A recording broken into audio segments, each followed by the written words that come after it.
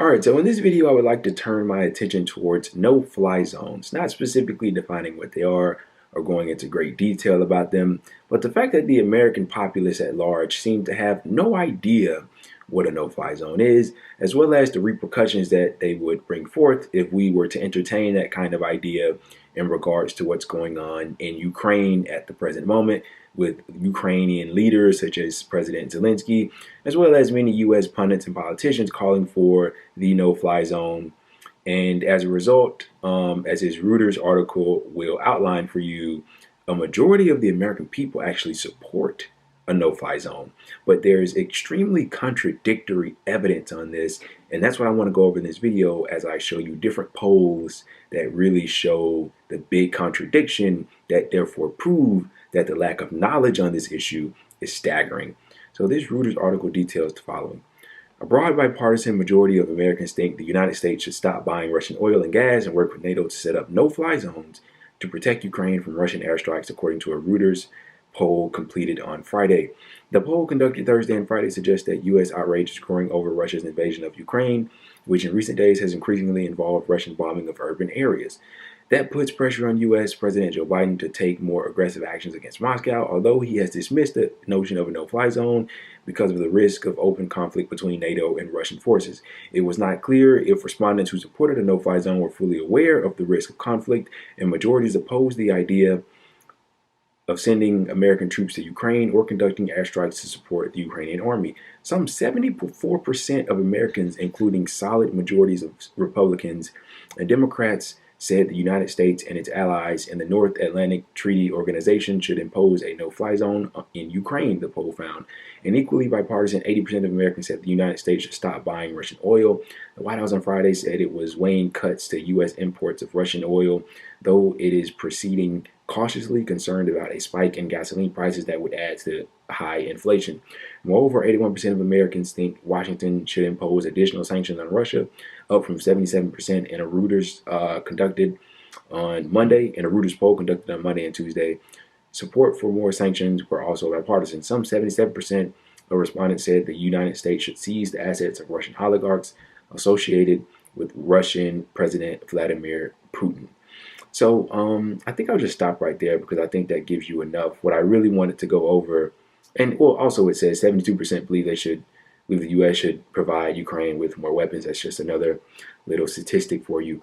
But what's staggering there is the support for a no-fly zone. Now, 74% of Americans, this is bipartisan, it isn't partisan at all, support a no-fly zone.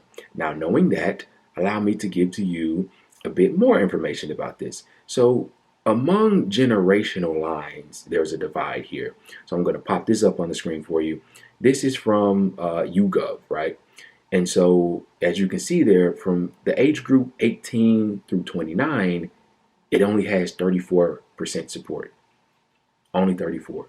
From 30 to 44, it jumps to 39, 45 to 64, 49%. And then 65 and up, we have a strong majority of 57% support for a no-fly zone. Well, what does that tell you? Well, who watches mainstream media? Who watches that stuff in general? Fox, MSNBC, CNN, the people that are warmongering right now, trying to bring us into World War III. Well, the older people do. The older people do. Younger people aren't as inclined to watch corporate media. The viewership among younger viewers when it comes to corporate media is absolutely abysmal. And so, well, who gets to hear the war propaganda all day, every day? Well, the people that are 65 and up, obviously the older individuals. You can see that percent just ticks up and up and up as the age number does. And to show the contradiction here, this is from Polling USA. And the question was asked, should the U.S. shoot down Russian military planes flying over Ukraine? As you can see, 46% people say no, 31% say yes, 24% are just simply unsure. You see, that's a really big contradiction, because what happens when a no-fly zone is imposed, which a majority of the American people apparently support right now? Well, that means that if Russian planes fly in that restricted airspace, well, they get shot down. But they're against shooting down Russian military. See, they don't know. They don't know what it is. See, people just don't get it. And it's not necessarily their fault. They're not being told. Look, man, we have an extremely efficient, therefore effective propaganda system in this country. And they are really doing a great job right now at selling this war in Ukraine.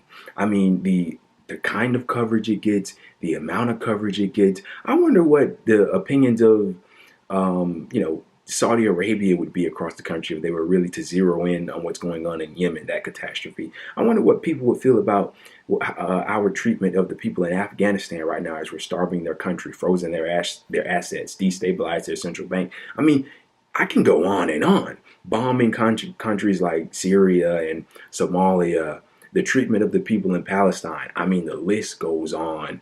How we're treating Iran, waging economic warfare, sanctioning medicine going in and out of there. I mean, the media coverage focused on Ukraine the way it is right now, it truly is swaying the opinions of American people.